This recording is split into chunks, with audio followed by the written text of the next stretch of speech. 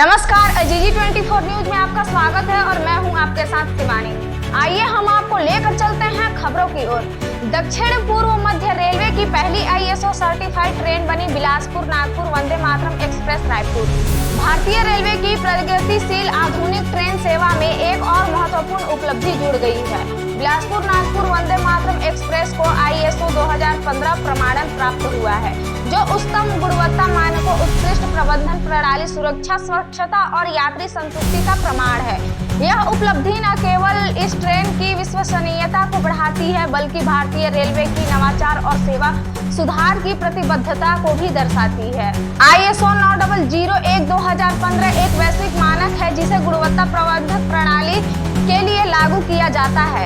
यह प्रमाणन तभी प्राप्त किया जाता है जब कोई संगठन या सेवा निम्नलिखित मानकों पर खरा उतरता है: निरंतर गुणवत्ता सुधार और उच्च ग्राहक संतुष्टि, बेहतर संचालन, सुरक्षा और रखरखाव प्रक्रिया, समयबद्धता, स्वच्छता और विश्वसनीयता, यात्रियों को आधुनिक और सुविधाजनक सेवाएं प्रदान करना है। मंडल रेल प्रबंधक राजमल कोइवाल ने बताया कि यह प्रमाणन रेलवे कर्मचारियों की कड़ी मेहनत, समर्पण और उच्चतम सेवा मानकों को लागू करने की प्रतिबद्धता का परिणाम है। उन्होंने मंडल रेल परिवार के सभी सदस्यों को इस उपलब्धि पर बधाई व शुभकामनाएं दी। इस वंदे मातरम रेल का रखरखाव दक्षिण पूर्व मध्य रेलवे को कोचिंग डिपो बिलासपुर में किया जा रहा है। कोचिंग डिपो बिलासपुर के अधिकारियों, सुपरवाइजर और कर्मचारियों के नई तकनीक से युक्त इस वंदे मातरम रेल के संचालन में अपने कौशल, ज्ञान और अनुभव का प्रदर्शन करते हुए इसे पूरी दक्षता के साथ संचालित किया जाता है। बढ़ते हैं अगली खबर की ओर। बालौदा बाजार छत्तीसगढ़ में आए दिन सरकारी कर्मचारियों के रिश्वत लेने के सोशल मीडिया पर जमकर वीडियो वायरल होते हैं। इसी कड़ी में एक बार फिर से पटवारी का किसान से रिश्वत लेने का वीडियो सामने आया है। इस वीडियो में पटवारी किसान से घूस लेते हुए नजर आ रहे हैं। वीडियो को वायरल होने के बाद ग्रामीणों का गुस्सा फूट चुका है और उन्होंने आरोप लगाया कि पटवारी बिना पैसे के कोई भी सरकारी काम नहीं करता। पंजीयन त्रुटि सुधार जैसे मामलों में भी ग्रामीण से मोटी रकम वसूली की जाती है। ग्रामीणों ने इस भ्रष्टाचार के खिलाफ SDM को शिकायत की है। यह मामला इस समय चर्चा का विषय बना हुआ है, क्योंकि किसानों और ग्रामीणों सरकारी कामों के लिए अवसर रिश्वत देने की मजबूरी का सामना करना पड़ता है। बढ़ते हैं तीसरी खबर की ओर, जो कि Raipur IAS doctor S Bharathidasan उच्च शिक्षा विभाग के सचिव का अतिरिक्त प्रभार संभालने जा रहे हैं। राज्य सरकार जल्द ही इस संबंध में आदेश जारी कर सकती है। 2006 बैच के भारतीय प्रशासनिक सेवा IAS अधिकारी भारतीदासन IAS R प्रसन्ना की जगह लेंगे, जो केंद्रीय प्रतिनियुक्त पर दिल्ली जा रहे हैं। भारतीदासन इससे पहले स्कूल शिक्षा और कृषि विभाग के सचिव रह चुके हैं। वे जनसंपर्क आयुक्त के रूप में भी अपनी सेवाएं दे चुके हैं। इसके अलावा वे जांजगीर और रायपुर के कलेक्टर भी रह चुके हैं। कोविड महामारी के दौरान रायपुर कलेक्टर के रूप में उनके कार्यों की सराहना की गई थी।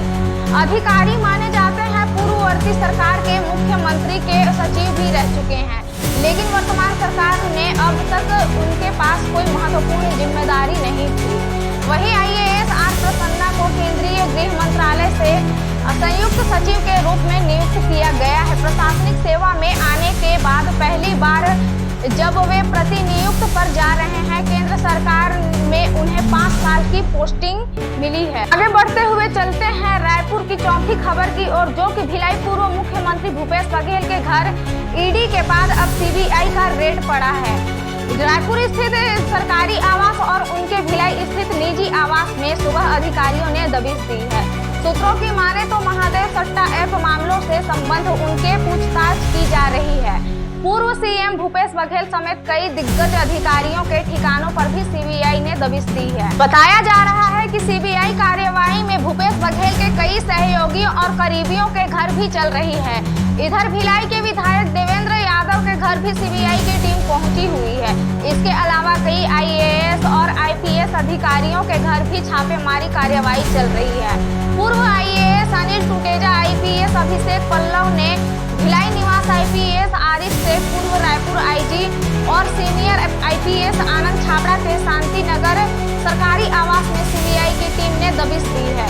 वहीं जब महेश्वरी के घर पर कोई नहीं मिला तो CBI की टीम ने उनके घर को सील कर दिया।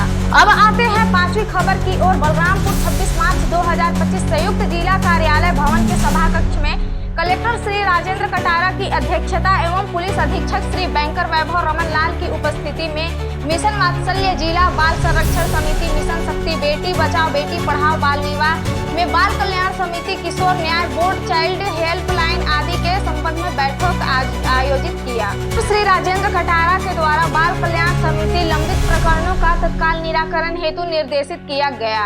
उन्होंने कहा कि ऐसे बच्चे जिन्हें सुरक्षा एवं संरक्षण की आवश्यकता है, उन्हें विधि विरुद्ध के कार्यों में संलिप्त बच्चों को पुलिस बल से सहयोग प्राप्त कर कल्याण समिति व किशोर न्याय बोर्ड के समक्ष प्रस्तुत करें, ताकि अविलंब बच्चों को सुरक्षा एवं संरक्षण प्रदान किया जा सके।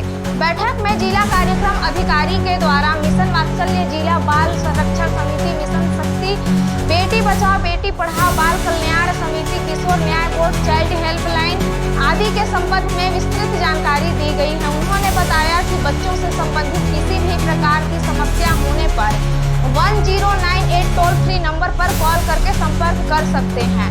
बैठक में बाल विवाह रोकथाम, स्पॉन्सरशिप योजना, पास्को प्रकरण, चाइल्ड हेल्पलाइन संबंधित विभिन्न बिंदुओं पर विस्तार पूर्वक चर्चा किए गए हैं। अब आगे बढ़ते हैं छठी खबर की ओर, जो कि जन दर्शन में कलेक्टर ने सुनी आमजनों की समस्याएं, प्राथमिकता से समाधान के लिए संबंधित अधिकारियों को दिए निर्देश। बलरामपुर 26 मार्च 2025 कलेक्टर श्री राजेंद्र कटारा की अध्यक्षता में समय सीमा की बैठक पश्चात संयुक्त जिला कार्यालय भवन के सभा कक्ष में जन दर्शन का आयोजन किया गया। समस्याओं को गंभीरता से सुना और शीघ्र समाधान के लिए संबंधित विभाग से अधिकारियों को निर्देश दिए।